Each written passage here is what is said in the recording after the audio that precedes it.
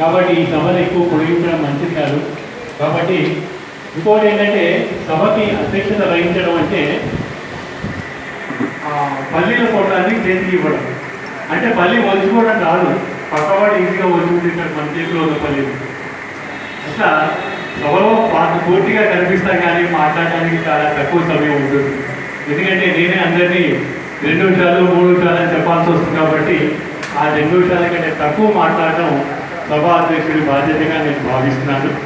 అయితే ఈరోజు ఈ ముగింపు సభను మనం ఇప్పుడు ప్రారంభించుకున్నాం.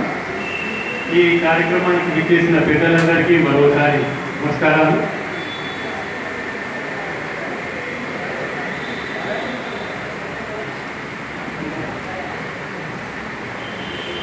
ఎం దామోదర్ రావు గారు వారిని వేదిక మీదకి ఆహ్వానిస్తున్నారు. వారు వెళ్ళిపోవాల్సినటువంటి 2 నిమిషాలలో ఒక సందేశం ఇస్తామని కోరారు. వారికి ప్రత్యేకంగా ఈ అవకాశాన్ని కల్పిస్తున్నా.